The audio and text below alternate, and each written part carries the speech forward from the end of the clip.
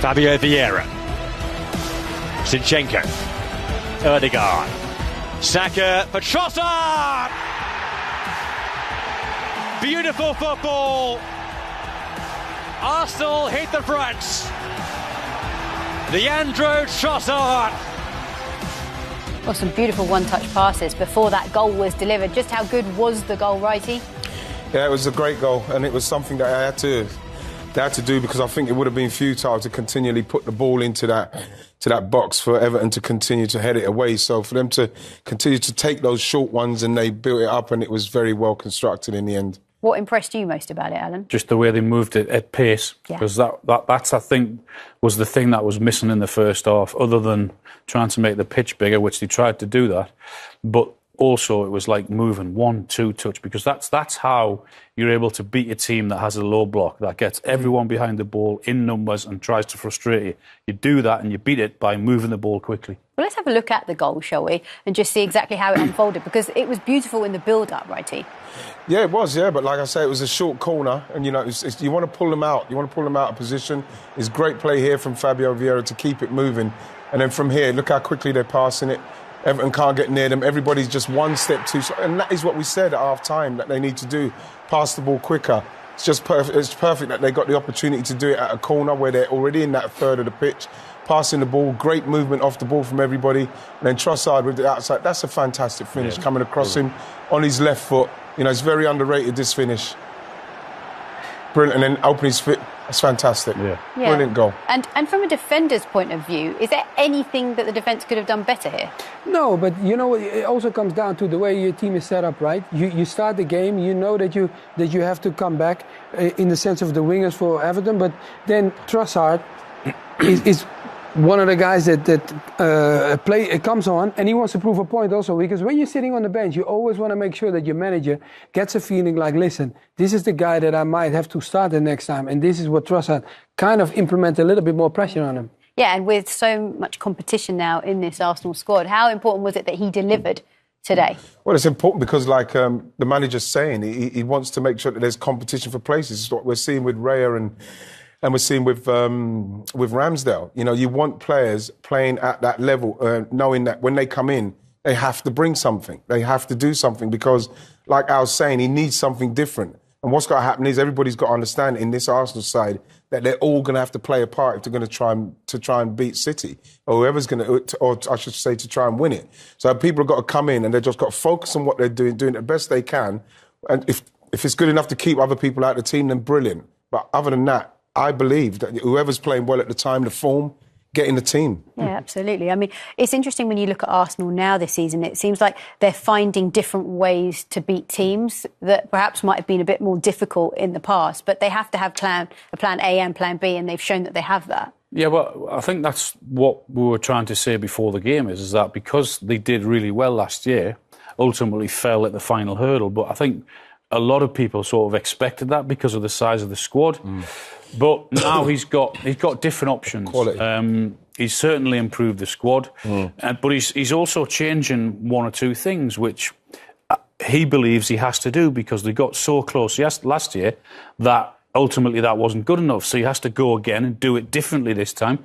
City have gone again and improved again. So that's exactly what Arsenal do, and they might have to do it a slightly different way, and that's what he's trying to do. Yeah, it is. And also, I guess with Arsenal and where they're at, because of how successful they were last season, Mario, they're almost the team that other teams want to beat. So I guess psychologically, the game is approached slightly differently, and they seem to be handling that pressure well. Yeah, because they're very calm now compared to what we know. Like, okay, the best time of Arsenal is their calmness, right?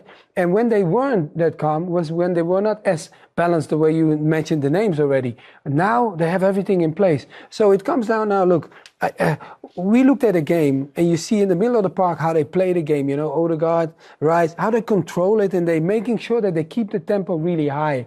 We have seen the game in the beginning and then the second game. And that was the difference. They always keep on penetrating. And I feel like when you always believe that you can score a goal, you will play to the last minute. And some teams stop. But Arsenal, similar to what Man City has, they will not stop to the last minute to make sure that they keep on scoring.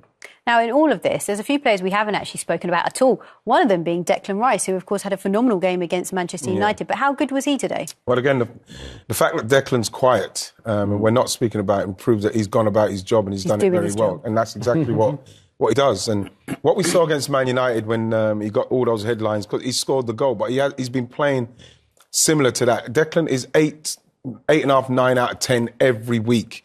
And when he plays like he did this week and he doesn't score, this is exactly what he done against Man United. He goes about it quietly and efficiently, stumps things out, progresses the ball, you know what I mean, defensively, he does everything. You're always going to get that out of him. But is he not the perfect example when people sometimes talk about captaincy of a team, right? They say, your captain is this. But he is, I think, a captain without the armband. Yeah, he leads by he played with his example. You don't need the armband all the time to be the leader in a team. This is one of the things we've got now, Mario. We've got a lot more. We've got a few more players in our team that are leader potential. Yes, they've got that kind of vibe about them. Whereas people used to always talk about us as we've got no leaders in our team. We've got a few now. Yeah, and you've got more options as well, as you've been saying, including in the goalkeeping department. We saw David Raya start. We said that it was a big talking point before the match that Arteta chose to start him, and he kept the clean sheet. That's a big moment for the goalkeeper. Big moment for him and a big moment for the manager, because it justifies what he's trying to do. I'm sure that Ramsdale would have been really disappointed to have been left out. Whether there's going to be the rotation in the Champions League, we'll have to wait and see. But I feel as if that's the one position where you need a regular, if you can, because of the understanding that you need to have with your back four, who and what you are, what you're going to do, the decisions that you're going to make. I mean, Mario will tell you more about that than I can, but certainly from a defensive point of view, I would think that. But this is what he did really well, without being spectacular, without pulling off brilliant saves. He actually gave his defence a lot of relief at times when he came to collect those balls. And for a defender, must have been that is fantastic to take the pressure off him. You know why he's also saying it? There was a moment when I had to mark him. And I was happy when the goalkeeper came out. Because, you know, like when you're standing next to someone that is good in the air, like Alan was, I was holding him really close to me, right? Mm-hmm. But the thing was, you were happy when your goalkeeper comes above you. You're like, oh, thank you. Thank you. Because you know you don't have to do that battle. Yeah. Because those are things where they are waiting for, and you are coming as a defender. No matter what you do, you want to make sure it doesn't happen. And I think what he just said, the calmness for the defense is always to have security behind you. And you want to make sure that the change, it's nice to give somebody the confidence and play him, but you want to pick one to play all the time. And I know what I was saying about, you know, the familiarity. But if you've got two goalkeepers who are capable of coming and claiming those things, and that gives you that calmness. So then what you're hoping now is that it doesn't matter with the defenders which one of those goalkeepers they're using. Because what they know is that both of them, if it's there to come and claim, they'll do that. And that is where you feel you're most comfortable, when you know your goalkeeper is going to come and he's going to get it and he's going to calm everything down. So we've got two big games coming up for Arsenal. Yeah. First game in the Champions League. I mean, the last time they were in the Champions League was 2016-17. So this is a massive moment for the club. And then the North London derby at the weekend. So what does the goalkeeping situation look like? Well, it looks to me like Ramsdale will probably play on Wednesday against PSV. And then it will come down to then what Mikel's going to have to deal with now is every week, every other week now, people are going to be thinking, well, is it going to be Ramsdale or is it going to be Raya? You know, the main thing is that they're not different in the way they're doing it. So as it makes the defenders have to think differently. You know, that's the main thing. But it's going to be a question that Mikel's going to probably have all the time now. Well, who's he going to play on Wednesday, which I think could be Ramsdale. And I think that Ramsdale will probably play the week after. I think all we've known in our careers, unless you can tell me something different, I can't think of many times where there's a football club rotated their goalkeepers week in, week out, whether it's Champions League or I know it might be different in the Carabao Cup or the FA Cup or whatever, but in terms of the two most important competitions, the Champions League and the League, it'd be really interesting and fascinating to see what Mikel decides to do, whether he wants to, he goes for the method of trying to keep them both happy, which is going to be very difficult, or he says, no, from now on, you're my number one until you make a mistake, and then it's someone else's turn. We're about to find out. We'll see this season. We'll see this season because to see how it works. You know, because if it is something that you have to fight, two top goalkeepers in the same team going for all the prizes and see how he balances it out. It's going to be interesting to see. But you know how we are as individuals. We want to play all the time. Yeah. That is one thing that I want to make sure that everybody understands it, because it looks great, and if they keep on winning, people will not highlight it. But you as an individual, and you want to play all the time. Look, you want to play in the big game. Exactly, because when the big one comes on, you want to make sure, hey, coach, you pick me. Because if you don't pick me, regardless if the other one plays well, you want to be on the field to make sure that you're part of the group and not the one that's celebrating and clapping for the one that's doing well. No. I'm sorry, I don't want to be that. No. So, Mario, would it surprise you if you went with Raya for the Champions League? It won't surprise me, because clearly he proved himself in the sense of the way he was playing. But the thing is that you just don't want it. I wouldn't want that as a player. That's me.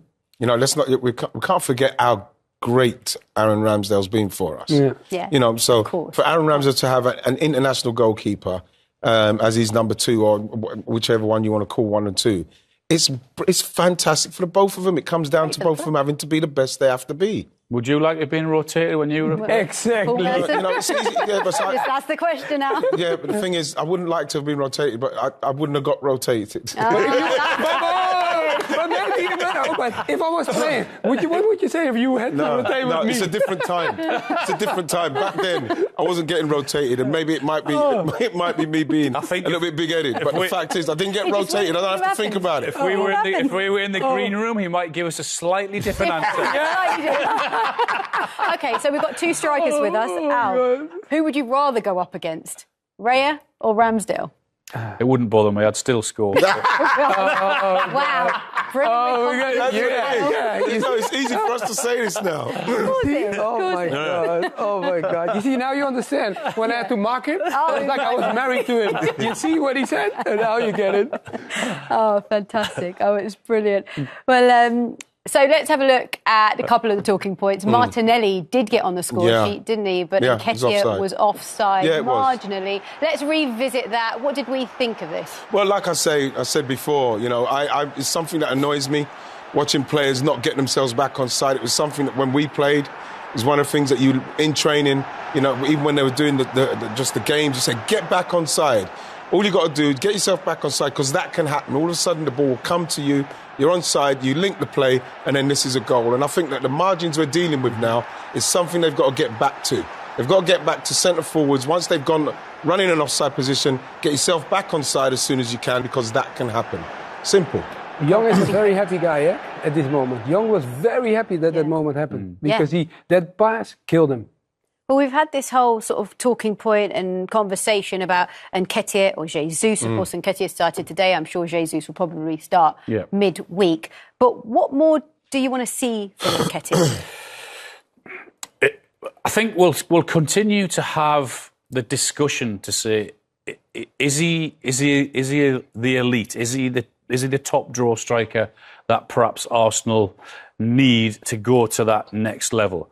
Now, we'll keep on asking those questions, because it's important that when he gets the opportunity, like he has done again today, and the manager said, no, I'm having belief and faith in you, and I'm putting you in again, then he has to take those opportunities.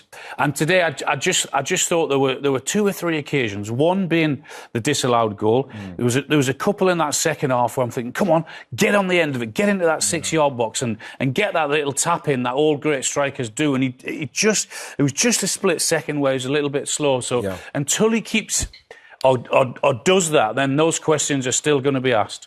The thing is that you said earlier about the low touches, or is it something like 7 touches? 7. Simply because what he's got to... Okay. Sorry. So we're laughing because Righty's just been told that we have Leandro Trossard, and he answered out loud, which is brilliant. That's what we love about him. I love it. Right, Leandro, it is absolutely wonderful to have you with us. Thank you for joining us. And how did it feel to be scoring the decisive goal in such an important game today?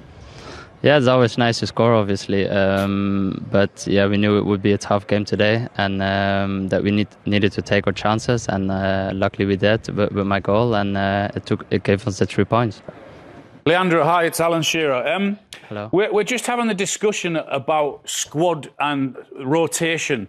Back in our day, myself, Righty and Mario, it's like we wanted to play and we insisted on playing. If we weren't playing, that we were happy. Is the mentality nowadays that if you're a top player, you perhaps have to accept that you're going to be rotated and be left out in certain games?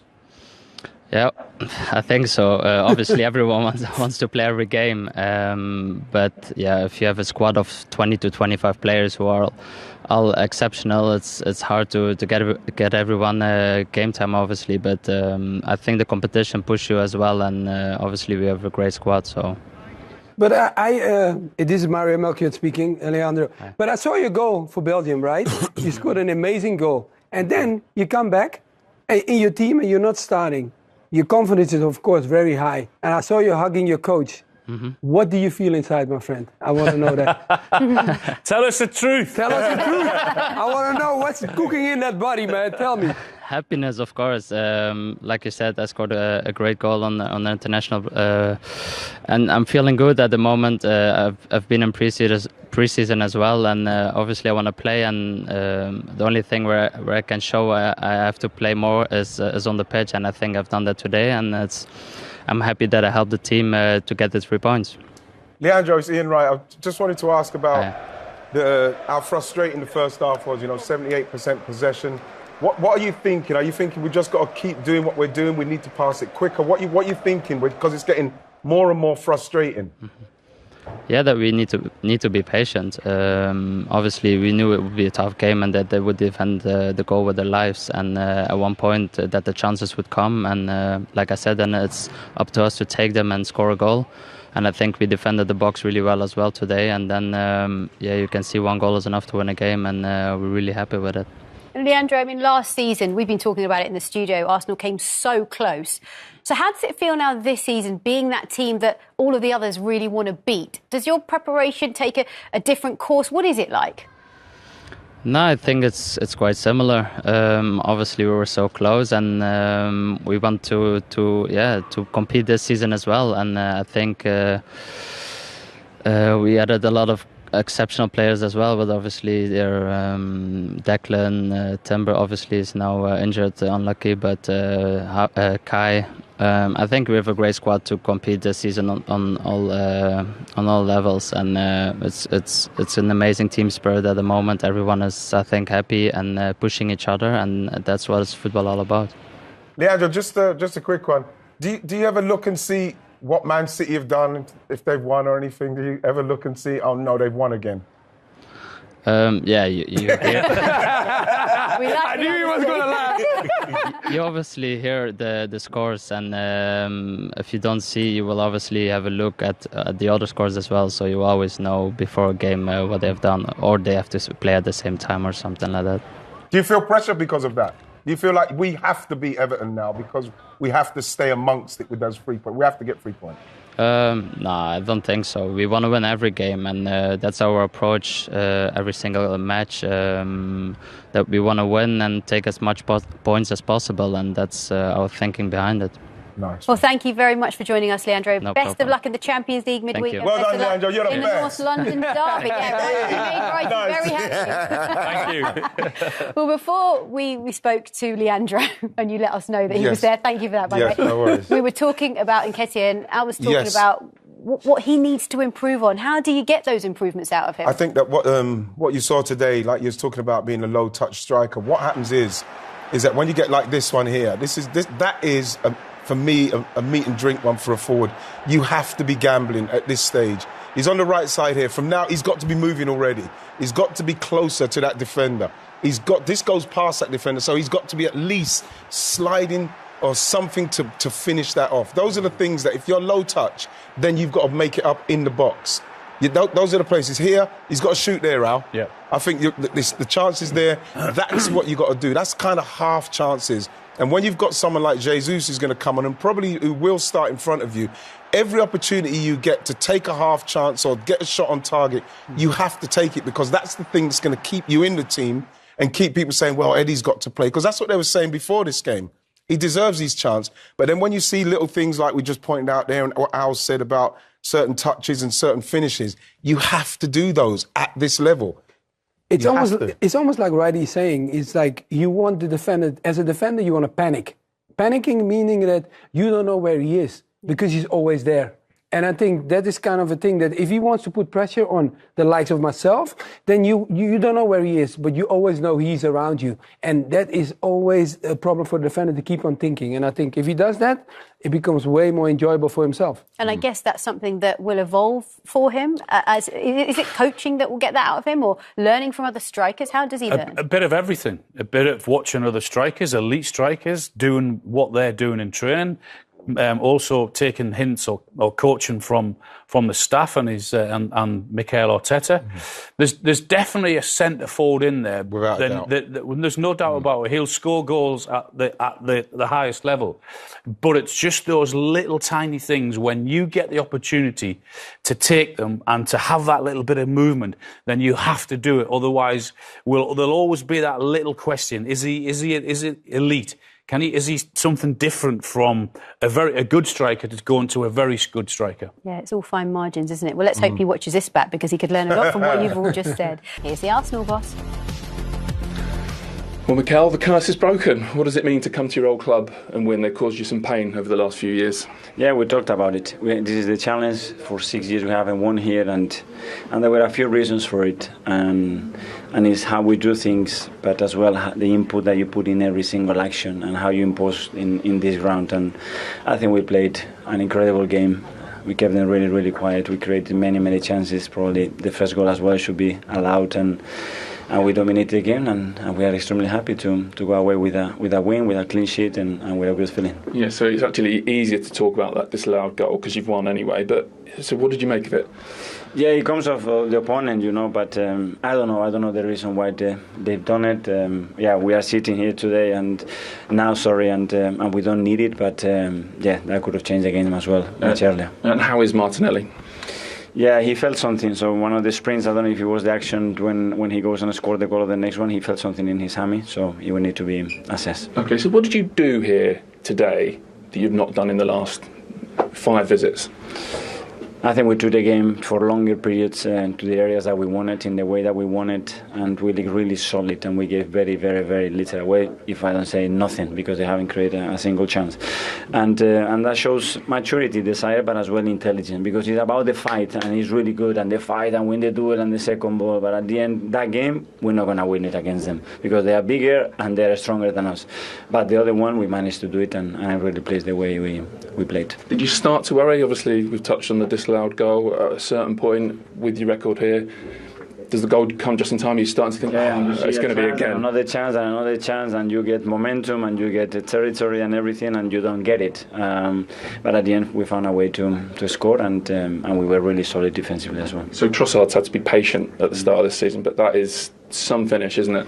That's a great finish, but he did it a few days ago with Belgium as well, and this is what we need. The players that came in the starting 11, they did really well. The subs, they did really well, and that's what is required. Now we're playing 100 minutes in the Premier League. Every 3 days we're going to have a game, and you need everybody on your toes, and this is what I want to build, that everybody feels that he's got an opportunity, and we fully trust them. Yeah, the goal comes ultimately from a corner. He took a lot of short corners today, and actually it was sort of noticed in commentary, he took a little bit of time, then went. Can you just tell us the hard work that goes in? No. What do you mean, no? There are different ways to attack, different ways to try to take advantages on opponents' weaknesses, and obviously they are really strong in the box, and you need alternatives, and how we find the way to open it up. Yeah, so actually spoke to Leandro Trossard. On a very basic level, is it a case of they're all massive, so don't pump it into the box where they can head it away? No, you can, and you can still score. It's about the possibilities and the probabilities, which is different. But it's like creating a story in the game, and the players have to feel when it's the right moment to do it. David Raya, good, solid debut today, and I know you want competition and rotation in there, but does he need a run now to get himself comfortable and established? What I want is that the players that deserve to play, that they play. And Fabio deserves to play. He's been knocking in the door for a few weeks now, and you can tell that he was ready and he contributed. He had some great actions that he could have been in goals, and that's what we need. Everybody, when they are ready, they play well, and I think both of them, they did that today. So no new number one. It's movable feast, if you like. And Fabio, what is it? What number is Fabio Vieira? What number? Yeah, you said number 1. Fabio, what number is he? We're talking about the goalkeepers, though, aren't we? Yeah, but it's not. We play with 11 players, I think, football. 11 players. They're all the same, 11 players. Okay. I don't want to play with 10 or with 9, or no, if I could play with 12. So I don't know, Fabio, what number it is. Okay, thanks, Mikel. Thank you. What's going on there? What was going on there? He didn't get it. I'm very confused by the ending to that. One thing I will say is that Arteta has managed this group of players, this squad, incredibly well because of the rotation we have seen. He seems to still be getting the best out of the players. Yeah, he is, and I think the players understand what he wants. There's a winning mentality that's going throughout the club, and everybody who comes in, he expects them to do their job. And like he said there, you know what I mean? He just wants the players to compete very hard for their place, and if you're playing well, you'll get a chance. Yes, you're going to have to wait. Some people might be knocking on the door, but you're going to have to wait. But then when you do get the chance, then you have to take the chance. That's how it should be at that level of a team that's trying to achieve what they're trying to achieve. That's how it should be. And earlier on, Alan, you were talking about time being one of the most precious commodities in this game because you quite simply don't have it. But one thing Arteta has been given with this team is a bit of time, hasn't he? He's been given a bit of time to really get to know the players, bed them in. And it seems to be paying off. How much praise does he deserve for the way he's handled? Yeah, but you have to be showing a sense of purpose, a sense of adventure, and a sense of we're actually achieving something. Yeah. And there's no doubt that Arsenal are doing that, and Mikel is doing that. I think month after month, season after season, they're getting better. They're improving. He's had to change one or two things in the summer, and he hasn't been afraid to have done that because he realises to challenge and to go to the next level and win the Premier League, something has to change, and it has to be different because they tried it very, very hard last year. They came very close, but ultimately they didn't get what they wanted. He now wants to do that again, but he wants to get over that final hurdle again. I mean, it's going to be difficult because they're up against a very, very good team and manager in Man City.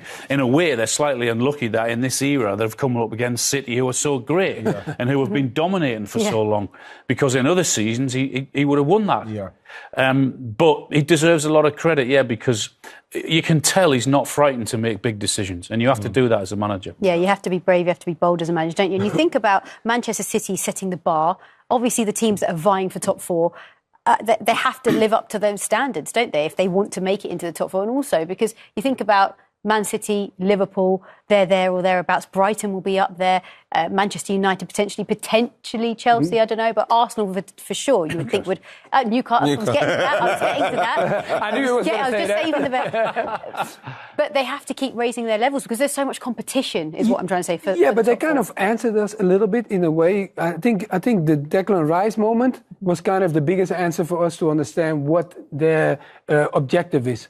In the sense of hey, if we're going to go... Because normally Arsenal was not the team of going for that kind of price tag. But they did not want to lose out because they already had it with Mudryk. Where they kind of felt okay, someone came in front of us, Chelsea. And then now they said that's not going to happen again when Man City came in. So I think watching them, Arteta has a team. He has built a team that you can see that they all... We talked about it before, about the connection to him. That they like him and they enjoy working with him, but also his character was also about winning. Like playing against Everton was almost playing against him. So that's why we knew what kind of player he was, and as a manager I don't think he's any different. So looking ahead, Righty, Champions League, PSV, got Spurs in the North London derby, and then Manchester City. Some big games coming up. Well, those are three games. I wouldn't say the PSV game so much because it's the Champions League game. It's the first one. We're not really into the meat and bones of it yet. But that's a big game for Arsenal still. But then, obviously, Tottenham's form at the moment, which is very, very good. So the derby is going to be unbelievable. Then, obviously, Manchester City, who I believe, if Arsenal have got serious intentions of winning the league, they're going to have to beat them at least once. They're going to have to beat them because they're going to have to beat them and then they have to beat the teams around them and hope that other teams are able to cause Man City problems as well. Because if they don't beat them at least once, it's going to be very, very difficult to do it. You have to get something from them, and you've got to make sure that you build the momentum and the confidence in the team.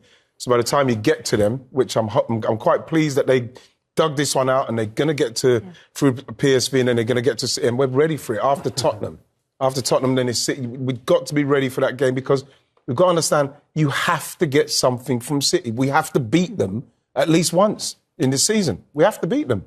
2 huge home games coming up for Arsenal. OK, let's head straight back to Goodison Park, shall we, and hear from the Everton boss. Here he is, Sean Dyche.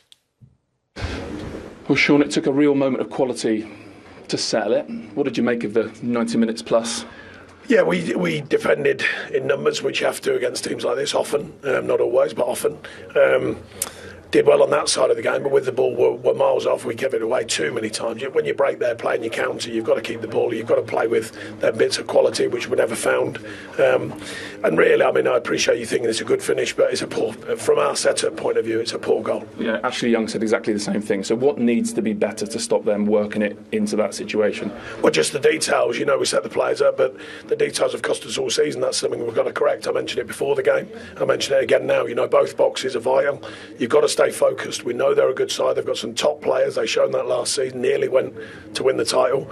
Had a good start this season. So you've got to be aware that they, you know, them details are massive in football, and they were again today. So you said miles away on the ball. What could have been better there? Just the character to go and get the ball. You know, you've got to want the ball and you've got to use it. You know, it's not just about getting it, winning it back. You've then got to use it. You know, and turnover, it's not. I said at half time, you can't just win it back and go, right, job done. You've got to then activate yourself as a team. And I just thought that was lacking. But then the quality, don't get me wrong, it builds belief if you find players who can find a pass. The players then open up. Working counter. If the first pass is wrong, doesn't give you a chance to counter anyway. So therefore, you're just defending again. So is that a bad run of results? I appreciate you also that some of the performances so far have been pretty decent. Is that some bad results chipping away at confidence a little bit? Well, it doesn't help. Obviously, you want results, and if you don't get them, you know, you do lose that element of, you know, how you're believing in what you're doing. But to be honest, we've got some experienced players here. We've got some very good players. I appreciate it's a tough challenge against Arsenal anyway. They're a top side. We know that. And they played very well at times today. But still it's looking at ourselves, you know, what we can deliver. Booze at full time, which I think was centred around the amount of stoppage time played. Any gripe about that personally? Well, I don't know where you want me to start with that. I mean, the performance of the officials, I didn't think was on par today with the norms. I thought we had a penalty. You know, the lad fouls Beto. He gets booked. Duke goes into the box. Same sort of thing, lad body checks him, nothing given. I can't let them ones out, mate. You know, people you tap you on the shoulder and there's a penalty nowadays, but apparently that's not a penalty. Okay, so there may be a lack of consistency there. Well, I just thought, you know, the officials, you want consistent. We keep getting told about surrounding the ref, keep getting told about killing the game, keep getting told all these things. They're right in front of our eyes and nothing gets done. And then there's 4 minutes at the end. 2 weeks ago, we're at Sheffield United, there's 8 minutes, then there's another mystery 45 minutes to allow a corner to come in the last kick of the game, which Jordan has to make a fantastic save from, a double save, in fact. Where does that live? We're just going, right, OK, we'll lose, deciding what. But anyway, that's nothing to do with the performance, though. I must make that clear. They're a top side, and we have them perfect. We worked, we stopped them in many ways, but didn't create enough, anywhere near enough to win the game. So how do you move forward from here, Sean? Continue with the work with the players. We're getting players fit. We're getting a bit deeper in our squad. We're still limited in certain areas, but continue working. You always, actually, when you're on a winning run and a moment like now, you always seem really sort of calm, really level. But the situation you're facing now, you've got the off-pitch noise, obviously a poor start to the season in terms of results. How are you feeling about it? How are you coping? Well, it's been like that for a couple of seasons. Everyone knows that. So the noise has been there for a couple of seasons. The on-pitch stuff's been there a couple of seasons. We're looking to constantly work to correct it. We've been working as diligent as we could in the market. We're working as a team on the training ground. The performances haven't brought us what I think we deserve, because this could be a different situation, a different conversation, but it's not. We're the only ones that could correct that. Do people have to sort of bed down, get ready for a tough season? Is it going to be another struggle, albeit one you hope to come through? No, it's a season built on the reality of this football club over the last couple of seasons. It's a work in progress. I said at the end of the last season, after the last game, I wasn't jumping for joy, screaming my head off. I was going, there is miles to go here, massive amounts of work to be done. And I said it's going to take time, and it will take time to change everything around. Yeah, and how big a professional challenge for you is that? I've had lots of them. It's just another one. Last season was arguably the biggest one. We got that one done, and now it's just same old, let's go again and let's make it right. Right, thank you. Thank you. Wow.